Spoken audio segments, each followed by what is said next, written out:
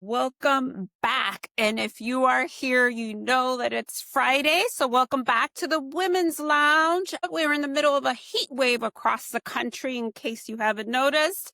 I'm Emiliana Guereca, and if you're here, you already know I'm the host, and you know that this is the space where we talk feminism, culture, politics, and all the ways women are fighting to exist, to thrive, and to lead. So this week, I always say buckle up, but this week is just wild beyond. Nothing short of chilling. So we've got the FBI raiding the home of John Bolton. And we've got the National Guard being deployed into Democratic-led cities. And make no mistake, this is the Retribution Tour. We all knew this would happen. So the cruelty is not subtle. And as you know, it's spread out uneven. It is uneven. It is unequal, but it always lands the hardest on women, especially when we talk about women in power and women in politics. It is our opinion that it is the hardest on the Black women leaders from the Democratic Party. So here's the kicker. While men are pulling the strings in the current administration, they set the women up in front of the cruelty. And what I mean by that is they put Pam Bondi in front of the cameras. They put Christine Noem in front of the cameras. And so what we are looking at is truly, or even his daughter, what we're looking at is that they set up the women to fail. They are setting them up to be the face of cruelty, while the Stephen Millers, the Pete Hegseths, the J.D. Vance, the Trumps are behind pulling the strings. So let's get into it. The Retribution Tour. So the FBI raids at John Bolton's home today. We saw it in the news. Like, I don't want to be defending John Bolton. He's not a sympathetic figure. But realistically, a raid, it's not about John Bolton. It's about sending a message, and sending a message to those who dare oppose this administration, to those who dare to speak out that you could be next. And we firmly believe that this is what happened to Los Angeles Mayor Karen Bass. This is what is happening to Ms. Crockett. This is what is happening to anyone that dares to stand out. And then we're talking about the National Guard. We're talking about the National Guard being tasked with policing different states, right? So now we've got them in Los Angeles. We've got them in DC. As we speak, they want them deployed in different locations. So what we're talking about is this Retribution Tour. And what we know is that the cruelty doesn't stop, and they're putting the women at the forefront, whether it's enforcing the rules or making sure you punish them. So this is what we're talking about. We're talking about silencing dissent. We're talking about the president letting us know. He let us know that he was about retribution and that this was revenge politics. So we are no longer dealing with a president of the United States. We are dealing with a president that is firmly divisive and dividing its people. So that's what we're talking about. We're talking about if you are not loyal, if you don't, and if you don't fall in line with his agenda and his administration's agenda, you will be punished. And so that is unfolding in front of us. And I don't think that we should be ignoring this. I think that most people think, well, those are issues that I don't know enough about or whatnot. But the realistic part is that we all have to be involved. The militarization of the streets in the country is not normal, nor should we normalize it. I think that most of us are trying to deal with back to school, how do we get groceries, how do we do all of this, start to normalize and ignore what is happening on the streets. So I want to make sure that people look at this directly and say this is not okay, and that we contact our officials and we talk about what is happening and why it's happening. We can't ignore this. We can't ignore that we are being watched, we are being policed, and to talk about stopping criminal behavior. So who is being targeted? It is clearly the folks that are working on protecting communities, protecting democracy. So when we look at it, we need to be able to point out that this is not normal. Our kids should not normalize being in a military state, not just the police side anymore, because they're bypassing police. We're talking about military. The DC military is now carrying weapons.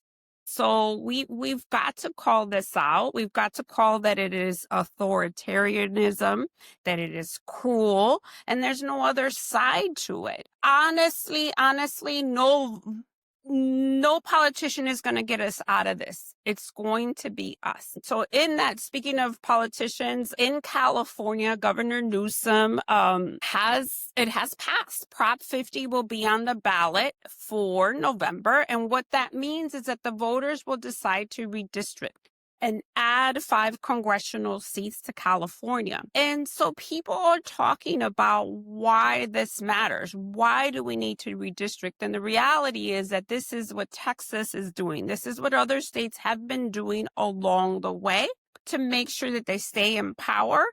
And I truly believe that the Republican Party currently is afraid of losing power. And so they're going to do anything to stay in power, including redistricting, gerrymandering, to stay in power. So I don't think that it's a power grab by California and Governor Newsom. I think it's a way to even the playing field. So we'll see if the voters decide that is what they want in voting yes on Prop 50. We'll see where that leads us. Now going back into Pam Bondi, they've unleashed her as an attack dog, trotting out and spinning these narratives about corruption. She is paraded around as family values. She is out there on commercials and talking about how the administration is great for the United States. And what we know is that it's not, right? What we know is that the current administration is cruel. It does not put women first. It drives the patriarchy agenda. So I don't understand why they continue to lie to us. They're continuing to manipulate and lie to the American people. You know, when people say, well, this is what you voted for, I truly don't believe that this is what these people voted for. I think they were lied and they fell for it, right? They fell for it. Every time you turn around at what was the alternative facts? Alternative facts is just people lying. And this is what this administration is very good at.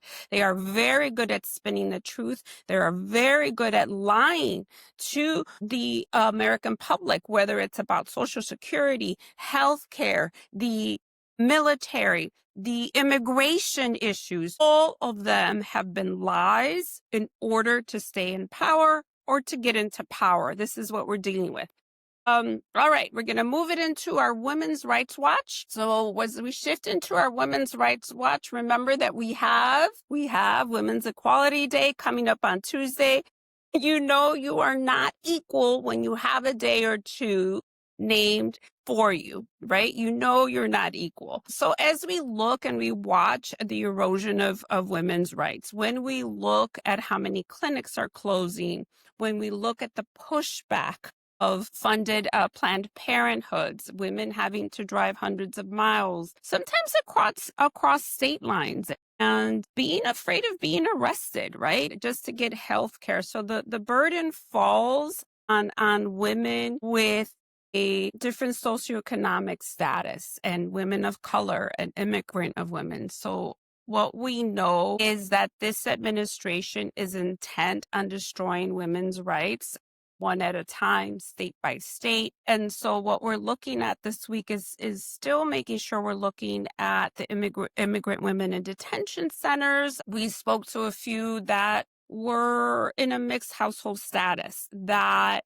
were not given due process, right? And so we are looking at a lot of the women not understanding why they don't have rights, even in detention centers. So I do think that we need to double down on what that looks like both on the outside when we look at the militarization, but on the inside when women are being held in detention centers. So I do think that it's important to talk about the reports of the inhumane conditions. And I know I talked about this last week, but the reports don't do it justice. These women are being abused, some of them sexually abused and possibly trafficked. And what we know is that from 2018, with the family separations, we know that there are thousands of kids that still have not found their parents, that they are in the United States and they have not found their parents when they separated them. So I think when we look at it, we're talking about the stripping of dignity. You look at the condition of this and where the society is headed and how it treats its most vulnerable. It's ugly and it's cruel. So I plead with everybody to get involved, to take action, to call your congressmen, to call your senators, to make sure you talk to your local officials, whether it's your city council, your aldermen, your mayors, really to look at the conditions and what is happening on the ground. And I know we don't all have the solution because this is all really new, but making sure that we document, making sure that we have done something about it. And not staying silent, because realistically, our kids are watching and our kids know better. Our kids know of a society that is unmilitarized. Our kids know of a society that once had a Black president. Our kids know of a society that had a female VP. So they know different. So we've got to make sure that we continue to protect and defend the few rights that we still have. So finally, let's talk about income inequality and the back to school. And honestly, childcare is so unaffordable. Wages aren't keeping up. Families are stretched to the breaking point. But here we are talking about billionaires writing checks to fund authoritarian projects, and it's not random. I think that democracies continue to exist when we are all protected, and I know that democracies fail. Democracies fail when women are the easiest subjects. If you look at any country that does not currently have a democracy, you will see that they started with oppressing women, that they started with figuring out how to defund women's education, right? To strip away their rights. And so that is the strategy that they are using here.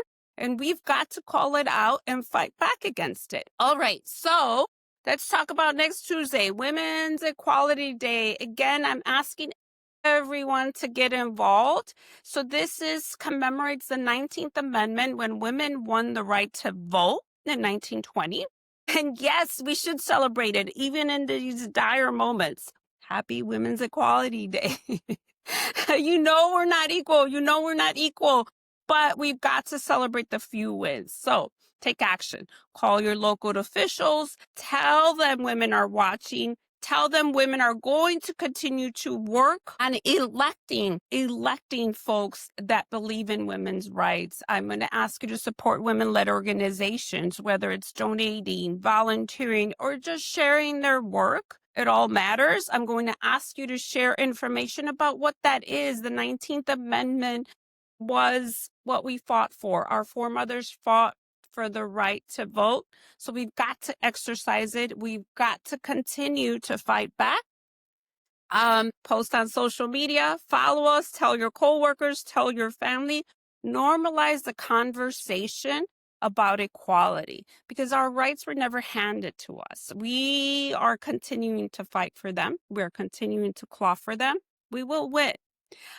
So with that, in closing, I'm going to wrap it up. We've been on the Retribution Tour. Keep in mind, this isn't even his first year. Retribution Tour is in full swing, but we've got to make sure that women are at the forefront, that women continue to advocate for women's rights, that we continue to track what is happening to women, whether it's reproductive justice, immigration justice, and just really the economic survival of women. So we've got to remind ourselves that we can do this. Thank you for joining me at the Women's Lounge. I'm Emiliana Guereca. I will see you next week. Until then, stay strong, stay loud, and don't forget, every issue is a women's issue. Thank you for joining me on the Women's Lounge.